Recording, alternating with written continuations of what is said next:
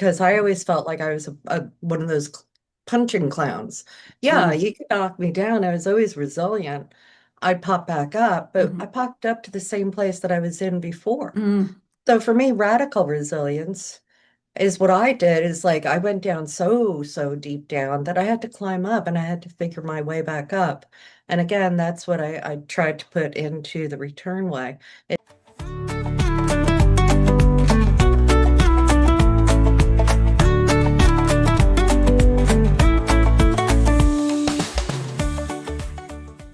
Hello, and welcome back to another episode of the Nourished Life for Christian Women. I am so excited about this interview today.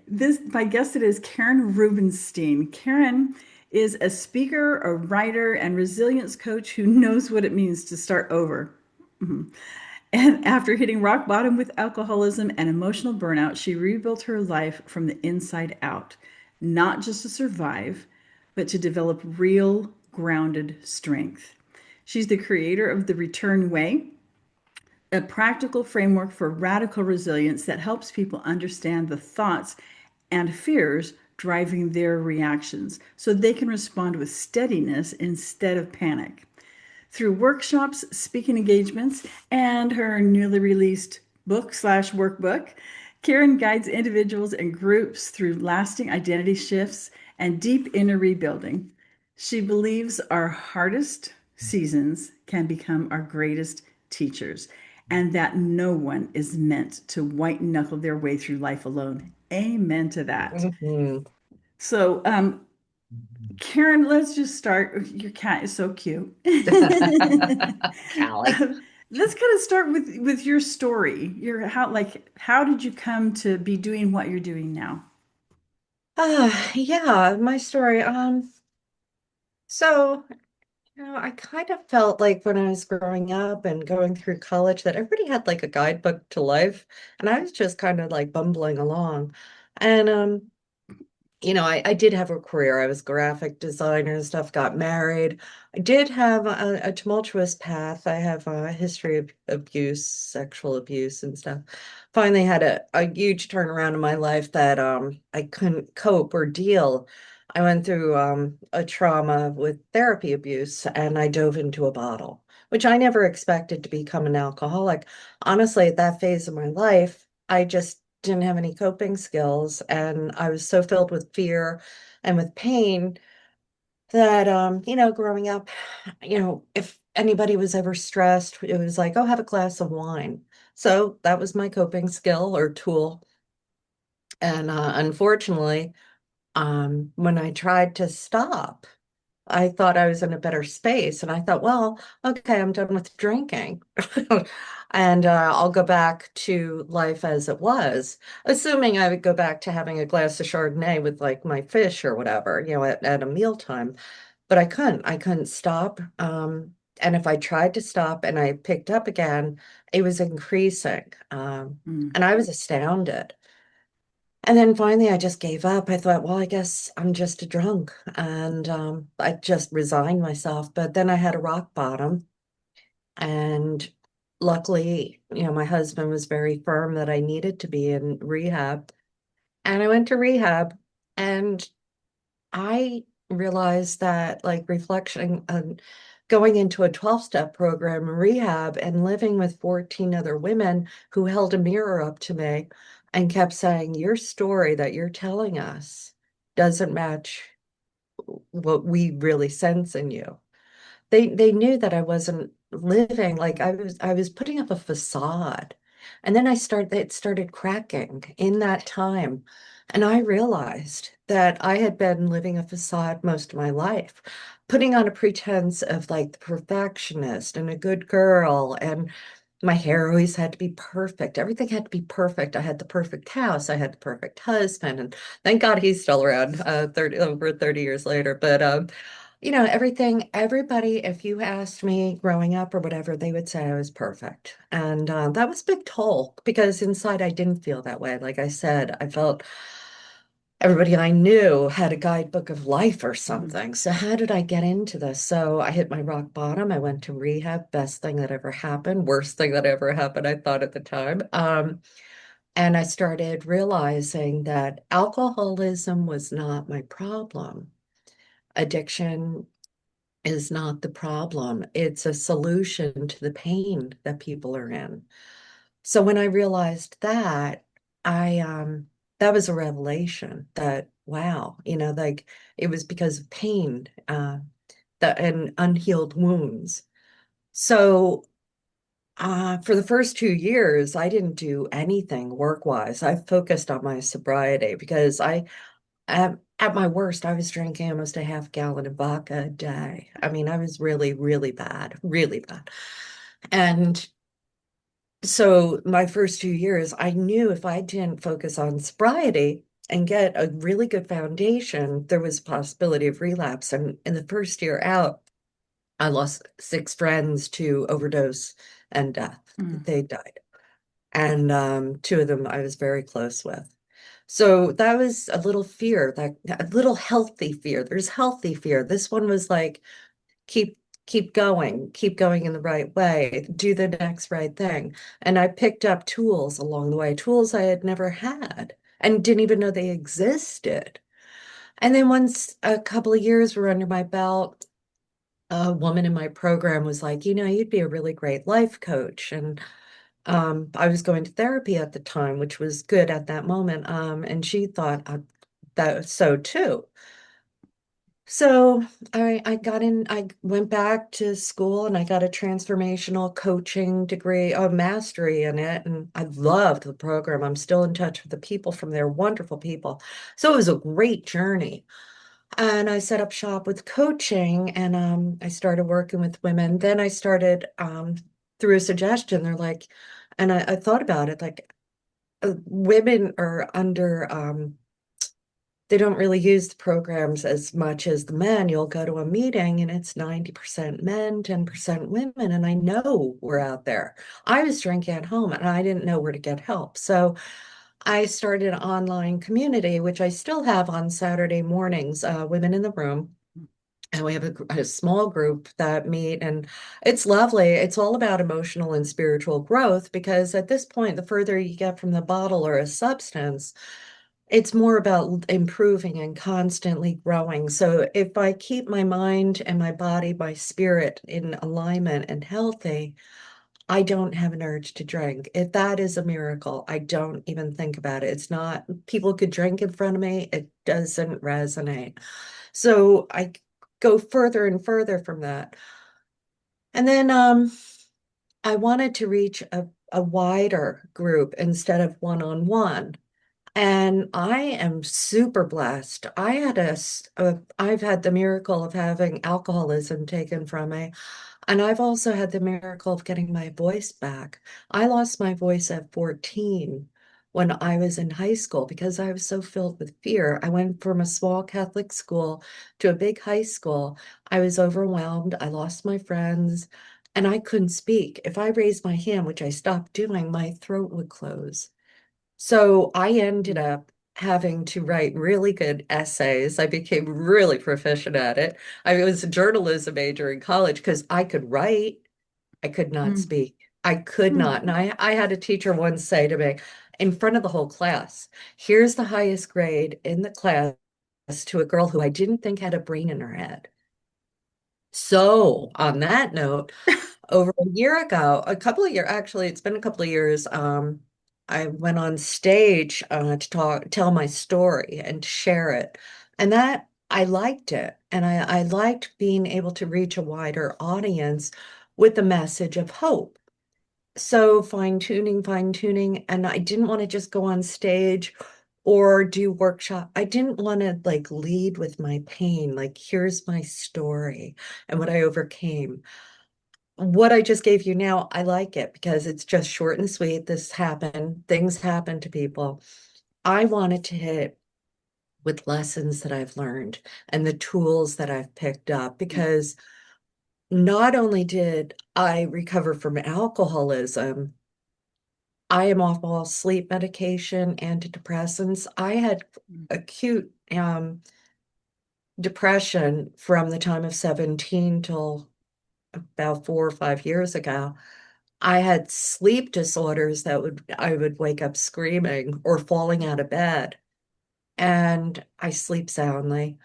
So all of these things, so it's all tied up into your mental state, my mental state, and being as healthy as possible. So a couple of years ago, I'm sure, I'm sorry, I'm so long-winded, I feel. A couple of years ago, I'm like, and then, but it's not a direct, it's not an easy path. So a couple of years ago, though, what happened was my husband was diagnosed.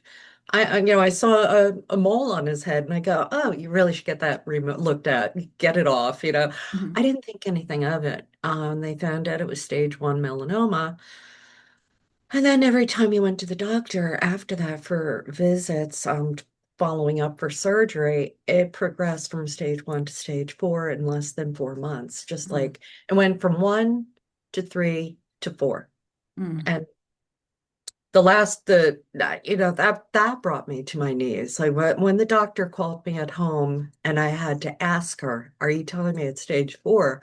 I literally fell to my knees. But I got up and reached out to friends who like just, you know, don't isolate. There's a big rule. Don't isolate. If you're feeling down, I know what it's like to want to just pull your covers over your head. Don't isolate. Reach out, reach out, reach out. People are understanding. I got out with friends, and but I also, my faith went deeper. Acceptance was huge. I accepted it. I didn't try to hide from what it was. And then I felt like I was there totally for my husband, and I was very fortunate. At that point, I had 4 years of sobriety. And then people started noticing that I was handling it really well, that I was calm. And they were like, I want what you have. Like, how do you do this? How are you mm, not falling apart? And they kept asking. Finally, about a year ago, I started putting together a formula, like a mhm. step by step. I was like, I can't keep saying, oh, I don't know, or, Yeah. like Let me stuff like figure out this. how I did this. It's like beats me, like it's like no, I don't, because once I sat down and really started writing it down and thinking about it, okay, what happened first? What happened second? Mhm. And finally, I was working with a coach who was like, well, try to put an acronym to it. And I was like, well, that's a good idea. That was Brenda like a year ago. Mhm. And I was like, well, and I matched letters, and finally it was return. And I feel like that's God-given because it's a return to self. Like Mhm. I felt so lost, and my method brought me back. I wasn't broken or I wasn't this. I was very lost. So it's a return to self. It's a return to love. Mhm. And so anyway, that is, and now I joined the National Speaker Association. I just graduated from Speaker University. I have a lovely new speaking coach who's so supportive and spiritual and on a very, very faith-based path, who I love. And I'm going to be starting work with her tomorrow. So yeah, it's all good. Life is good, and that is the very long answer.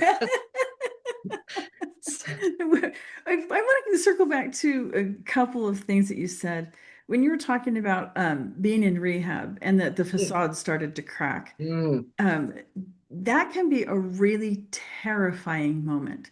And before we get into that though, I want to say the reason that I invited Karen onto the show today is because what she does is I've never struggled with alcoholism myself.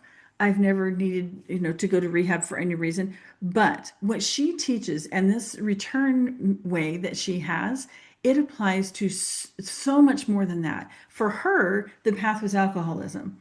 For other people, it's shopping or spending or food or even just difficulties.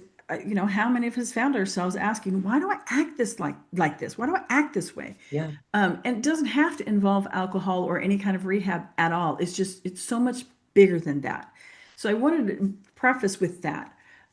But So that moment, going back to that moment when that facade starts to crack and how terrifying that can feel, that doesn't have to happen in rehab. It can happen for any of us at any time when we've like, okay, I've designed this persona of what I think I should be.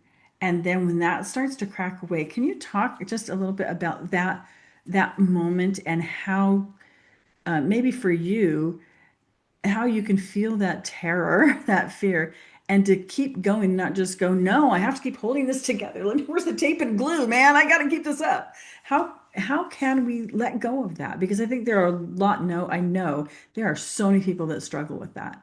And that's one Yeah. of the things that I love about you is just you're just so honest and authentic.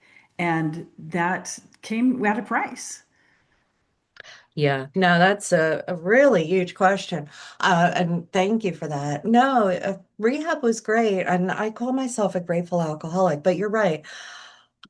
I, hmm, it applies to anything that we use to escape or take us out of our lives because we're so like I lived a life of quiet, very quiet depression, doing everything I thought I was supposed to do and not quite understanding why I didn't feel right, like why I was depressed, why Mhm, I wasn't sleeping, why wasn't I happier or at peace, mhm, always looking outside myself. So yeah, for me, basically, I could have, if alcoholism didn't wasn't part of my story or something big happened, big life moments can be life-changing, and a lot of people that come out the other side are the ones that are like, oh wow, this is what I learned. So for me, I had a big life-changing moment that pushed me against the wall and was like, either you change or you end up in prison or death, because that's the path I was on. mhm, So for me, it was an extreme, and no, it doesn't have to be. But it was scary, to be in a rehab and to be called out and to try to keep that smile on that I always got by with in life and mhm. pretend everything was okay. But it was like, how could everything look where you are, girlie? Everything is not okay. Right. Like it was like crazy. Like I'm standing in a burning house. Like would you like a cup of tea? Like it was crazy It's talk, cold tea. It will help with the Yeah, heat of staying in the house. anybody want an iced tea? And like I was like hostess with like it was Yeah. I and I it wasn't working. So I was forced to like look at myself. I want to? Not initially. No, I wanted people to think I was perfect. I was scared to death, and my perfectionism was so that people loved me. It's always for me, and actually the root fear is always about afraid of losing love and a Mhm, search for love. mhm. So I'm So that surrounded by 100% agree. That's the fear. So now that you're on, mostly, it's still a journey, but mostly now that you're on the other side of it, um, talk about that. Maybe if there's somebody who is at that point of I know something has to change. I can't keep because I don't feel like myself. And yeah. I want to be myself, but it is terrifying to let go of that facade, to let it crack and fall away. Um, talk about what's on the other side of that that makes it worth letting it crack, letting it fall away, and doing the work that has to be there. What does it feel like now for you? Freedom. It's freedom. It's freedom. It's freedom to be myself because I have a love for myself and a love for others. I'm more connected with people through a love and through my core self, as opposed to a fear-based thoughts of how I want to be perceived, how I want people to see me, present myself. It was all masks. So that is an ongoing process. I still Okay, the way that I approach it now, like on a day-to-day level, is really what I wrote about. Because I know if I'm agitated or out of sorts, which could have been any day of my life for all my life, if Mhm. I was like feeling a little angry or a little sad, And I didn't know what to do. It was like, well, I guess I'll go to the gym, or hey, I guess I'll watch TV, or gee, I saw this really great dress. So I'm going to go Mhm. buy that, even though I'm maxed out with my cards. Like avoid, avoid, avoid. Like my emotions when I would feel them, if they weren't happy, like nobody's like, oh, I better try to understand why I'm so happy. No, like, why am I so happy? That's a real no. Like we get so we get upset, we get angry, and it's like, well, why am I acting this way? Like, what is going on? And so we try, like, we want to be pleasant. Oh, I'm angry, but that wouldn't be really nice. Again, does anybody want some iced tea? Like, just be nice, be nice. So now I respect my emotions. Now I'm able to identify them. I was at a point that I really, if you asked me how I was feeling for a good part of my life, I would have been like upset. Upset isn't even an emotion. It's like a mush of like all these emotions. So now it's like I've pulled apart, I can identify, and I use them as tools, like a little flag, like, oh, something is disturbing. But here's what I want people to understand. Nothing, nothing, nothing outside of myself, no person, no place, no thing can disturb me. The disturbance is an old wound that hasn't healed. Mm. So that helps a lot. It gets me out of the victim mode. It gets me out of the life is happening to me. No, life is life, accept what is happening, put a little distance and say, this is what's happening. And then look inside and go, okay, what are my thoughts about this? So it's a whole identify emotion as a flag. It's not, and it comes and goes, but it's a little indicator and it's a tool like, oh, okay, I'm feeling this. Why? And Mhm. then understand, and then you go deeper and deeper, and then you Mhm. turn it around. So I'm not sure if I answered the question because again, again, there goes Karen down the lane. Well, I have another follow-up question for you on that. So, you talked about how the perfectionism is about wanting people to like you and wanting to be accepted, and that's such a natural thing, and there's nothing wrong with that. Um, we're social, we're created for connection. I mean, as Brene Brown says, we're hardwired for connection. So Mhm. that's an important thing. It's not something we want to just go, oh, I don't care about anybody, anywhere. That's not the goal. But that wanting to, I feeling like you have to have your life in a certain order and be a certain way and do certain things in order to have that acceptance and to have that approval and that love. Do you find now on the other side of letting that facade crack and fall away that the connection that you have feels more real? Because do you trust more now that people who are connected with you actually love you and not Oh yeah. love the facade?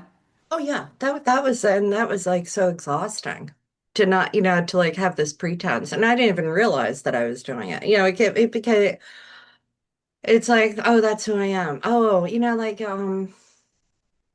I have things that we think are good, like oh, I'm I don't know, overachiever or something, perfectionist. Like these are things Mhm. that we think are good, but they're tiresome because it's all a front, it's all the fear, and it's all saying, "Oh, I don't think you're gonna accept me. I don't think you're gonna love me unless I do A, B, C, D." Mhm. So I was very afraid, and going back to like when it cracked open, it was like, holy God, like if they see me.